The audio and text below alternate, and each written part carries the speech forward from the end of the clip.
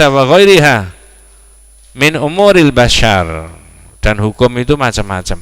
Nah ini, jadi saya ulangi yang kita bahas tadi, judulnya inil hukmu illa lillahi.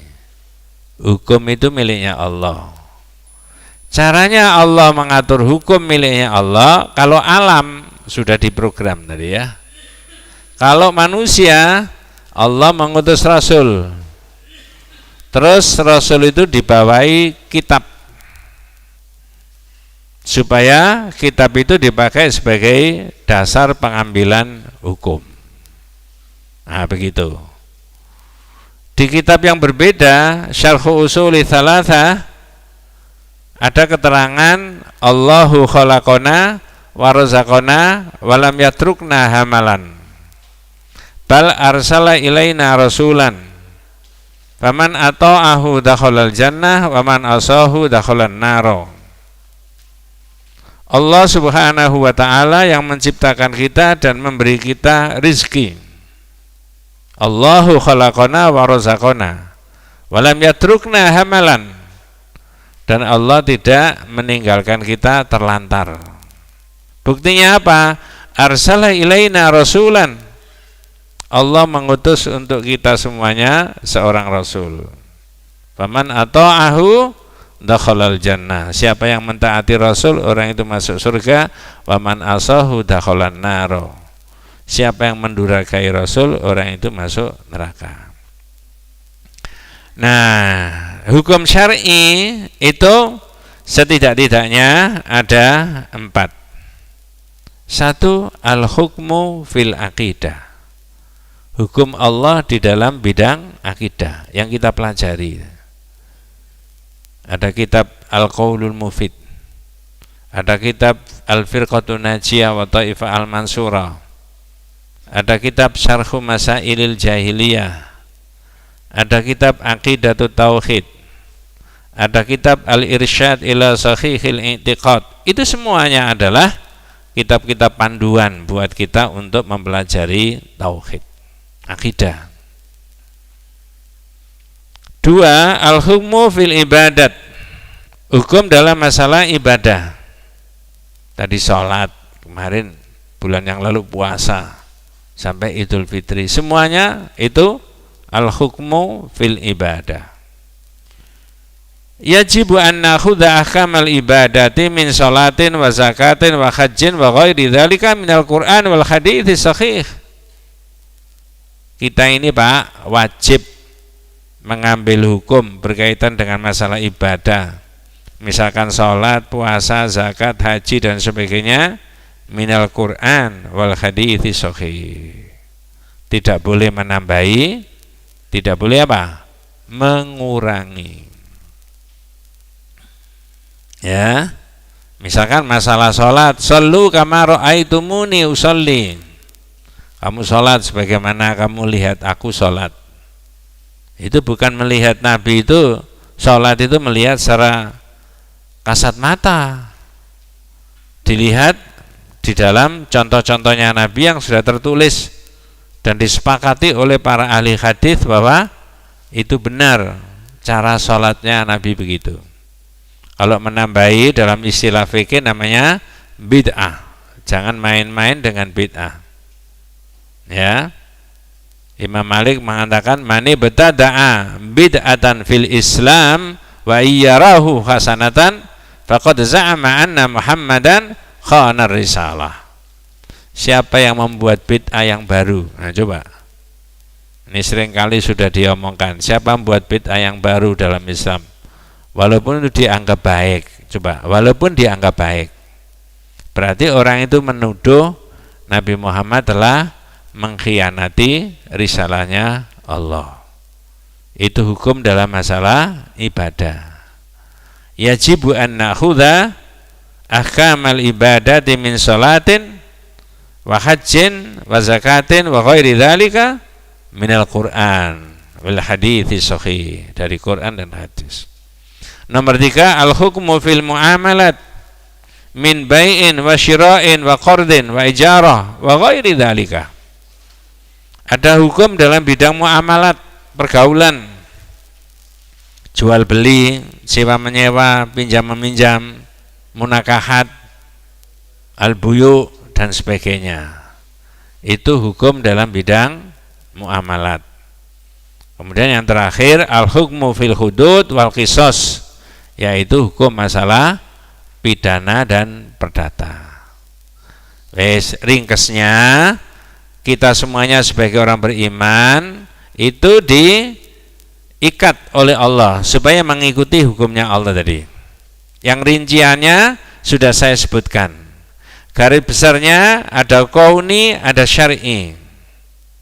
Nanti kita ketemu bagaimana hukumnya, bagaimana hukum tauhidnya orang yang mencemooh hukumnya Allah. Nah, begitu. Itu dibahas 2 kali. Mencemooh hukum syar'i, Quran, hadis, Allah dan sebagainya. Ada mencemooh tentang kauni, alam, panas, dingin, ya, berdebu, angin, banjir. Itu alam, ya, tapi dicemooh, ya begitu. Ada pembahasan, saya tidak bahas itu. Namanya man hazal bi syai'in fihi dzikrullahi awil Quran awil Rasul.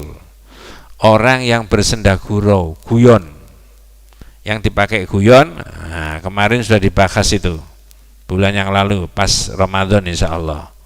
Yaitu adalah Allah, Rasul dan Al-Qur'an, ya. Oh belum. Nanti 48 dan 58. Nah, bagaimana sekarang orang yang tidak mau dengan hukumnya Allah? Saya ulangi, tidak mau dengan hukumnya Allah, tapi mengambil hukum selain daripada hukumnya Allah, tapi berlawanan dengan hukumnya Allah. Namanya at-tahakum ila ghairi hukmillahi faqad hakama ila at-tauhid. Mengambil hukum selain daripada hukumnya Allah tapi berlawanan dengan hukumnya Allah, berarti tagha, melampaui batas dari hukumnya Allah itu tadi. Nah, ini berat sekali.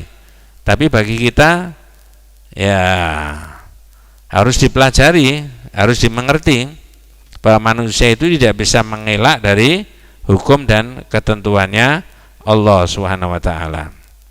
Saya minta bapak-bapak para jamaah bisa ikut merespon dengan mempersiapkan surat An-Nisa ayat 60. Surat apa tadi, Pak? An-Nisa ayat 60.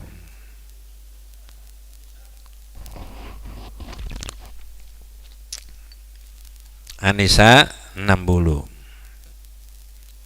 An-Nisa itu apa artinya, Pak? Bahasa Indonesianya? Perempuan. Itu surat yang keberapa? 4. Kenapa kok perempuan harus 4, Pak, ya? Udah sampai di situ aja loh. Kita tidak bahas itunya, Pak, bahas hukumnya Allah. Sebelum membahas surat An-Nisa ayat 60 tadi, ada penjelasan, ya. Qala asy-Sya'bi kana baina rajulin minal munafikin.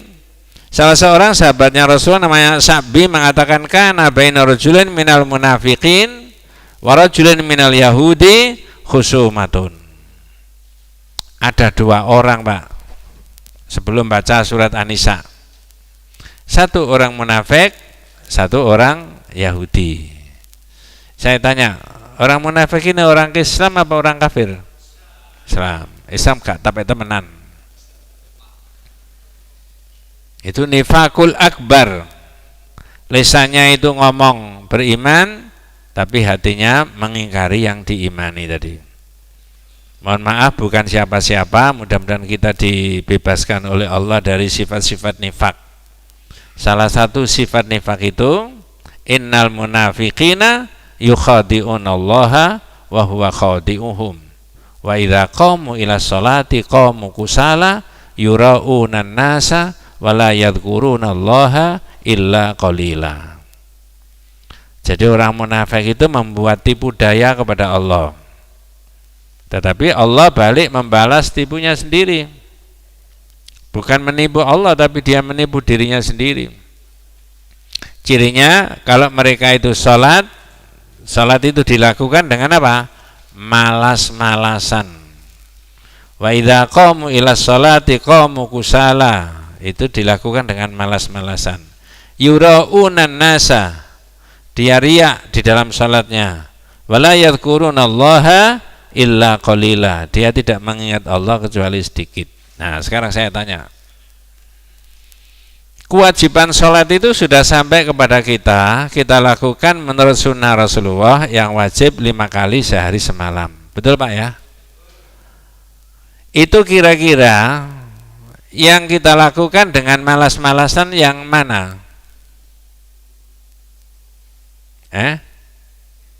Dari 5 kali sholat tadi loh.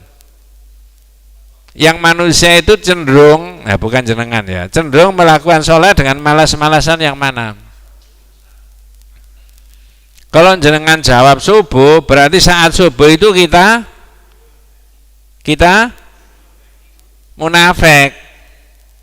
Loh, tadi kan saya sebutkan ya. Orang munafik itu cirinya idza qamu ila sholati qamu kusala. Kalau mereka melakukan sholat bermalas-malasan. Jenengan tak tanya, dari 5 kali sholat itu yang kecenderungannya malas-malasan yang mana? Ini pertanyaan memancing. Jawabannya apa mestinya? Enggak Pak Ustadz. Supaya tidak terindikasi apa? Nah, di situ. Benar Pak, ya. Masya Allah, itu loh. Lalu penyakit yang kedua tadi riya. Saya tidak membahas sifatul munafik, ya. Tapi balik ke sini. Karena baina rajulin minal munafiqin wa rajulin minal yahudi khusumatun. Pertentangan, konflik antara orang munafik sama orang Yahudi. Coba jangan ikuti, nanti nyambung di surat An-Nisa tadi. Jangan tidak akan bisa memahami surat An-Nisa itu kalau tidak mengerti cerita ini. Faqalal Yahudiyu, orang Yahudi mengatakan, Yahudi.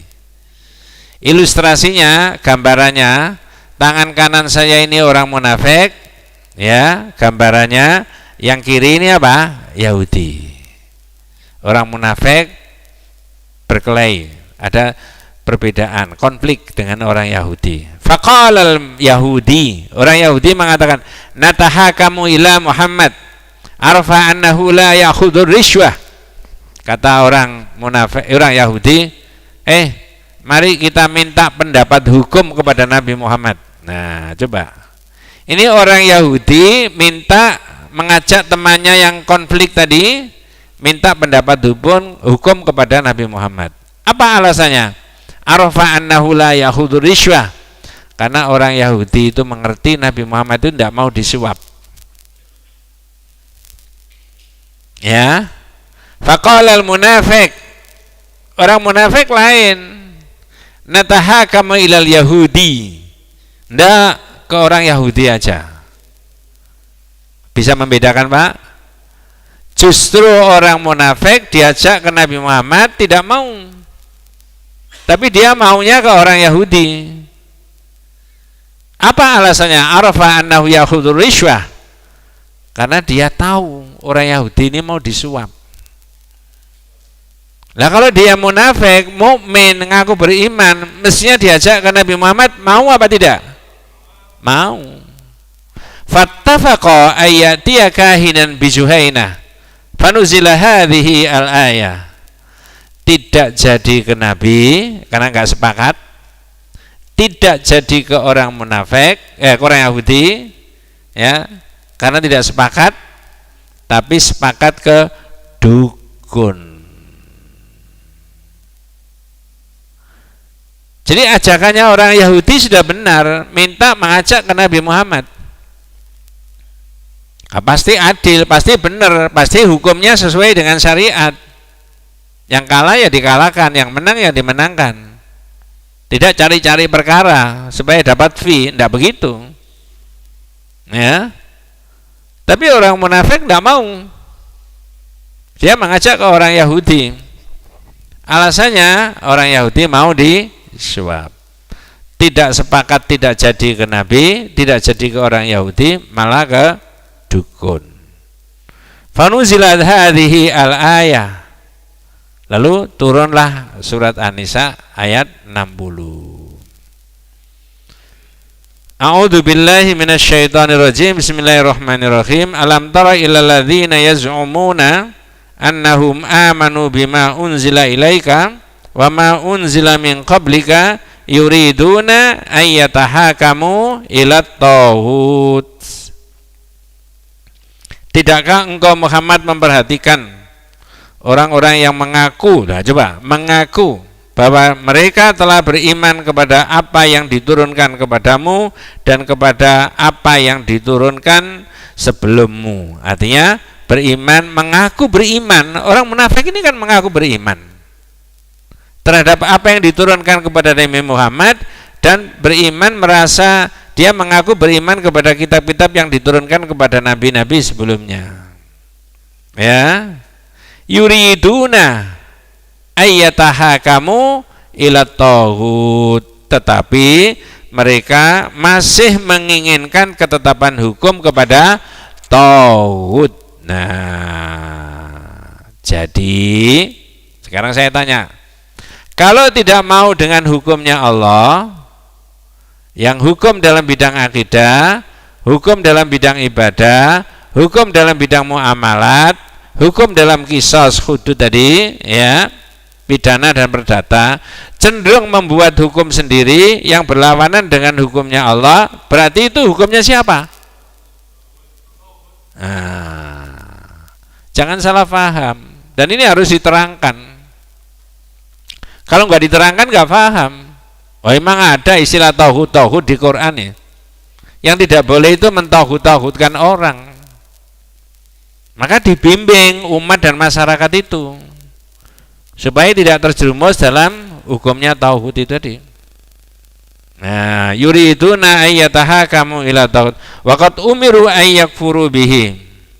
Ya, padahal mereka sudah diperintahkan untuk mengingkari tauhid. Waqad umiru ayyakfuru bihi wa yuridu syaitanu ayyudhillahum dhalalan ba'ida. Tapi setan yang menyesatkan dengan kesesatan yang sangat jauh. Pertimbangan A, pertimbangan B, pertimbangan C dan sebagainya. Ya. Oh, kalau begitu tauhid itu ada. Jawabannya iya. Ya. Dalam kitab yang lain lagi diterangkan, ya, ikhdharu at-tawahid, waspada terhadap tauhid. Apa sih tauhid itu? Kullu ma'ubida min dunillah wa radhiya bil ibadah min ma'budin wa madbu'in wa muta'. Ya. Kullu ma'ubida min dunillahi, segala sesuatu yang disembah selain daripada Allah. Wa radhiya bil ibadah, lalu meridhoi, sepakat, si A bersepakat kepada si B untuk beribadah. Ya, segala sesuatu yang disembah selain dari Allah. Min ma'bud, disembah. Ma'bud dalam bentuk benda, barang. Madbu, yang diikuti, dalam arti orang, ya, yang pemegang kekuasaan. Mutok, yang ditaati, seorang yang alim tapi salah lalu ditaati, itu bisa disebut sebagai tauhid. Mohon maaf, ini bukan siapa-siapa, tapi harus diterangkan. Jadi tauhid itu ada keterangan yang lain, kullu ma tajawaza bil abdu haddahu, ya, kullu ma tajawaza bil abdu haddahu min ma'bud, melampaui batas dari hukumnya Allah. Ma'bud karena menyembah, matbu' mengikuti. Siapa yang tahu? Penguasa yang salah tapi diikuti. Ini bisa apa? Tauhid. Au muto', seorang yang alim yang ditaati padahal dia salah, itu bisa disebut muto' dan itu disebut tauhid. Contoh saya beritahu, ya.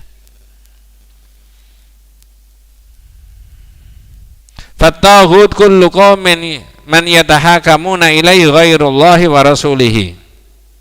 Jadi yang disebut dengan tauhid itu yang menjadi sumber hukum selain daripada hukumnya Allah, yang berlawanan dengan hukumnya Allah. Au ya'budunahu min dunillahi, atau dia menyembah selain daripada Allah itu tadi.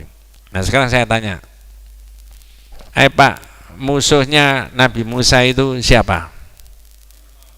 Fir'aun.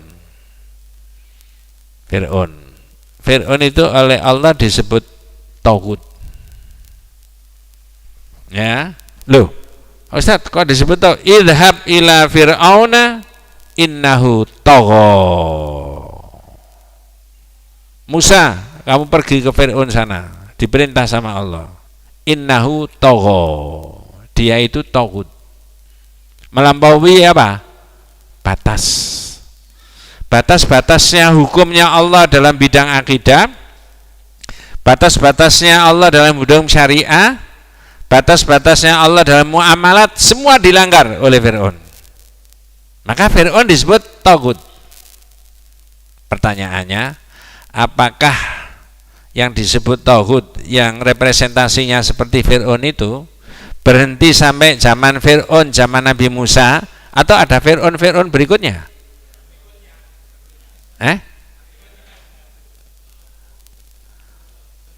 Tanpa bermaksud ini mengarahkan ke apa-apa dan siapa-siapa, pikiran panjenengan dan saya harus memaham tentang itu. Ya, di situ saya beri contoh, mudah-mudahan tidak salah. Ayatnya ternyata dua sebelum tak kasih contoh. Yang satu ada di surat Toha ayat 43. Idhab ila fir'auna innahu tagha.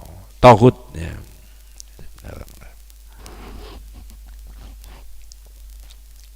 Satu lagi ada di surat An-Nazi'at, surat yang ke-79 ayat yang ke-17.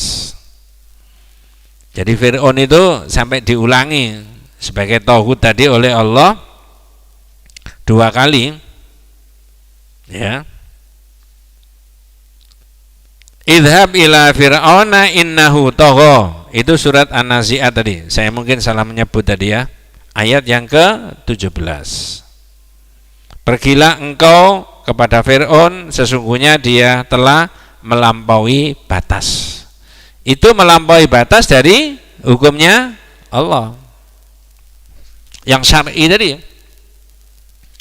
Ada lagi surat Toha tadi, surat yang ke-20 ayat 43. Idhaba ila fir'auna innahu tagha.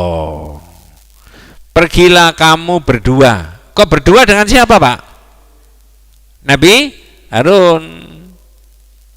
Karena dia Fir'aun itu benar-benar melampaui batas.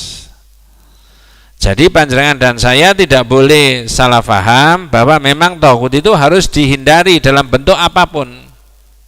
Nah, kali ini yang dibahas adalah dalam kaitannya dengan produk hukum. Kalau produk hukum yang dibuat oleh manusia tidak berlawanan dengan hukumnya Allah, boleh-boleh saja. Tak kasih contoh, mudah-mudahan tidak salah ya.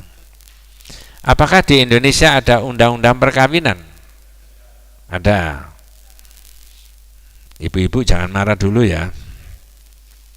Apakah undang-undang perkawinan yang digagas oleh pemerintah yang ditetapkan zaman Presiden Soeharto itu berlawanan dengan hukum syariat? Jangan tidak bisa jawab. Ya, loh, jangan ngabuk. Di Indonesia ada organisasi besar. Ada Muhammadiyah, ada NU, ada Al-Irsyad, ada Persis. Andai kata undang-undang yang digagas oleh pemerintah disahkan DPR bersama-sama itu berlawanan dengan hukum syariat, apakah 4 organisasi besar itu diam saja ataukah protes? Andai kata berlawanan, wis gak ada ngono Pak ya, kesepen. Enggak, itu tahun 74.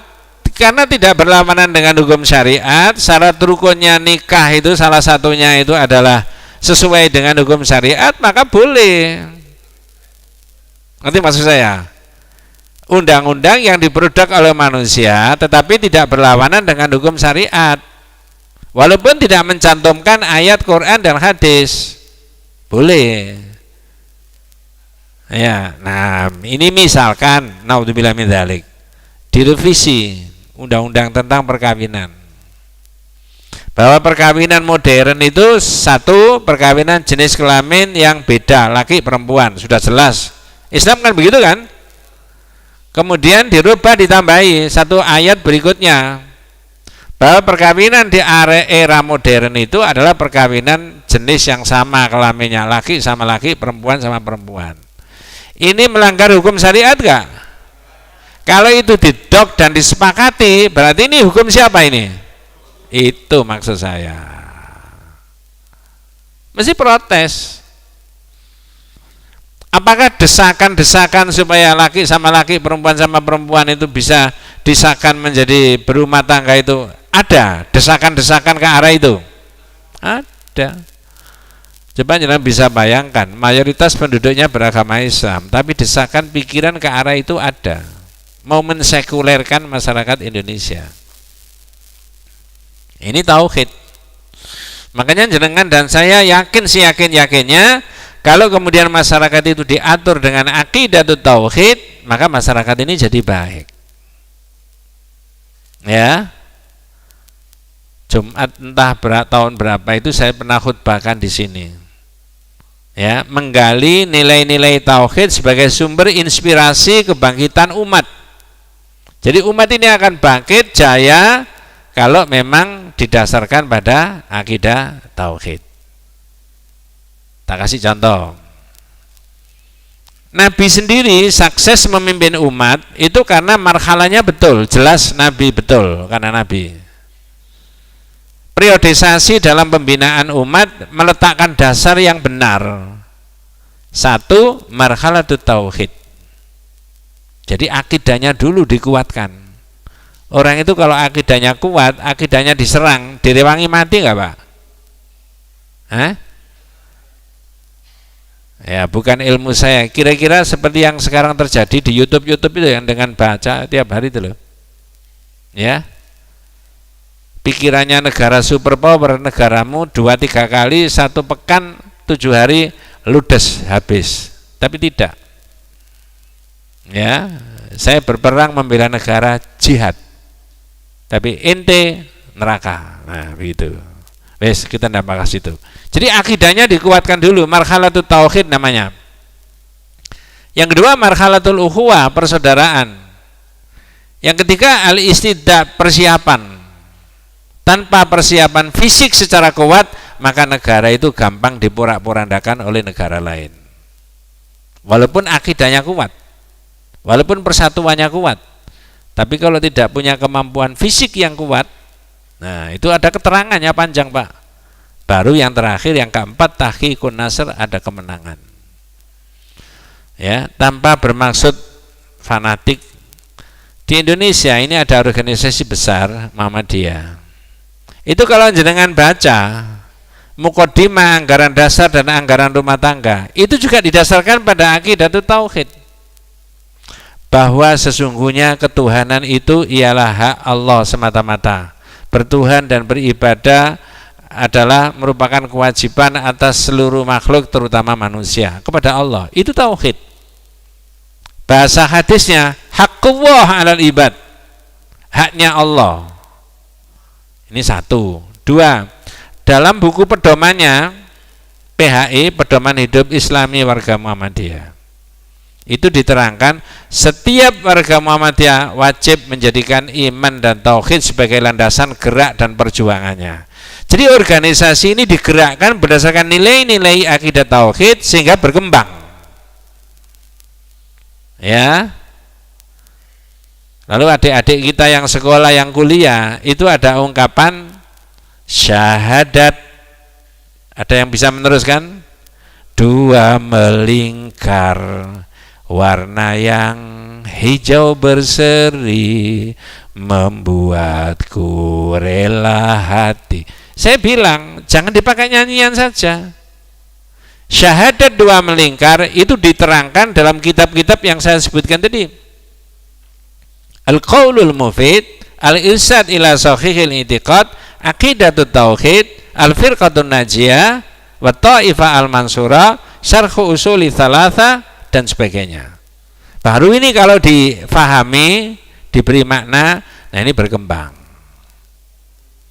Nah yang paling grace, ya, Muhammadiyah menggagas Islam berkemajuan. Orang kadang-kadang mencibir, Islam kok dipecah-pecah? Oh enggak mas, salah paham. Kata-kata kemajuan itu tidak dibatasi oleh wilayah. Ngerti maksud saya Pak? Halo? Kata-kata kemajuan, Islam berkemajuan itu tidak dibatasi oleh wilayah. Tidak dibatasi oleh zaman. Islam tahun sekian sampai tahun sekian, tidak begitu. Islam di Indonesia, tidak begitu. Islam berkemajuan. Artinya apa? Jika nilai-nilai agama, akidah ibadah itu bersumber pada akidah yang betul, maka mendorong umatnya menjadi maju.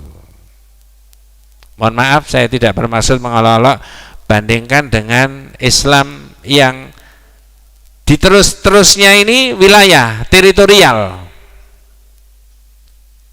Ya? Indonesia itu wilayah enggak Pak? Halo? Wilayah. Sebelum ada Indonesia, ada negara apa? Nusantara. Nusantara itu wilayah terbatas enggak? Eropa itu termasuk Nusantara apa enggak? Enggak. Tapi disematkan, dijejerkan dengan Islam. Islam berarti di wilayah sini saja, beda dengan sana. Tapi pikiran kita tidak begitu. Kata berkemajuan itu mendorong maksudnya, karena itu tidak dibatasi wilayah, tidak dibatasi teritorial, tidak dibatasi zaman. Sehingga kalau berpedoman pada Islam yang sebenarnya, dalam sudut pandangan yang kita pelajari akidah tauhid, maka menjadi apa? Maju. Nah ini harus dibongkar tauhidnya itu supaya lebih maju, lebih cepat. Ya, kalau nggak dibongkar, nggak diuraikan, ya enggak. Ya, nah di situ. Ya. Jadi kalau kembali ke situ, maka berarti kembali kepada akidah yang betul. Keluar dari situ, nanti bisa disebut berhukum kepada hukumnya siapa tadi? Tauhid. Dalam kitabnya panjenengan itu juga ditulis yang dimajukan adalah pakai surat Al-A'raf ayat 56. Wala tufsidu fil ardi ba'da islahiha. Wad'uhu khaufa wa tama'a. Inna rahmatallahi qaribum minal muhsinin. Surat Al-A'raf ayat 56. Wala tusidu fil ardi ba'da islahiha, dan janganlah kalian membuat kerusakan di muka bumi setelah Allah memperbaikinya. Ya, saya tanya, kapan Allah memperbaiki kehidupan di muka bumi? Jawabannya, ya itu tadi, wala tusidu fil ardi ba'da islahiha wad'uhu khaufa wa tama'a inna rahmatallahi qaribum minal muhsinin. Jangan kalian membuat kerusakan di muka bumi setelah Allah memperbaikinya. Allah memperbaikinya kapan Pak? Atau dengan cara apa Allah memperbaiki kehidupan di muka bumi? Jawabannya, dengan cara menurunkan Rasul. Oh kalau begitu, kalau yang dibawa oleh Nabi ini diterapkan dalam kehidupan kita sehari-hari, berarti dunia ini jadi baik enggak? Jelas. Akidah, ibadah, muamalat, tadi yang saya katakan, kisos, ya, al-hukmu fil kisos wal hudud, ya. Nah, kitab itu menulis al-afsadu fil ardi naw'ani, fasad fil ardi naw'ani. Kerusakan di bumi itu ada dua macam. Pertama, ifsadun khisiyun madiyun wa dzalika mithlu hadmil buyut wa ifsadit turuq wa ma asbaha dzalika. Jadi yang rusak itu fisiknya. Jangan membuat kerusakan di muka bumi setelah Allah memperbaikinya. Dari kerusakan itu dua. Yang rusak apanya? Fisik. Tidak teratur, tidak tertib, kumuh, jorok dan sebagainya, keruh dan sebagainya. Yang kedua, ifsadun ma'nawiyun. Ya, wadzalika bil ma'asi. Banyak kemaksiatan. Jadi semakin banyak kemaksiatan, naudzubillah min dzalik, berarti semakin banyak apa? Kerusakan.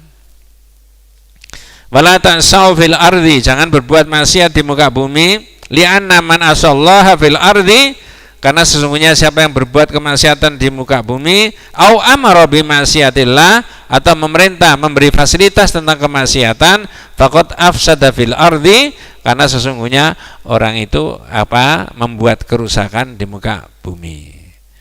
Jadi orang yang tidak beragama Islam, mohon maaf ya, zahirnya negaranya bersih, baru, tertib, tapi di balik yang bagus, yang indah, yang tertib tadi ada perjudian, ada minum khamr, ada perzinaan. Yang rusak bukan tatanan yang materinya, tapi yang rusak adalah apa namanya?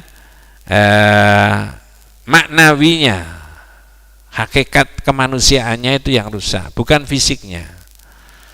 Jadi makanya dalam bab ini juga diberi dalil Surat Al-A'raf ayat 56. Janganlah kalian membuat kerusakan di muka bumi setelah Allah memperbaikinya. Yaitu dengan cara Allah menurunkan Nabi. Jika apa yang dibawa oleh Nabi itu dipakai, maka ada jaminan manusia itu jadi baik. Wallahu a'lam. Ya. Mudah-mudahan kita semuanya diberikan rahmat barokah hidayah Allah SWT. Hadanallahu wa iyyakum ajmain. Kita tutup dengan doa kafaratul majlis. Subhanakallahumma bihamdika asyhadu an la ilaha illa anta astaghfiruka wa atubu ilaik. Assalamualaikum warahmatullahi wabarakatuh.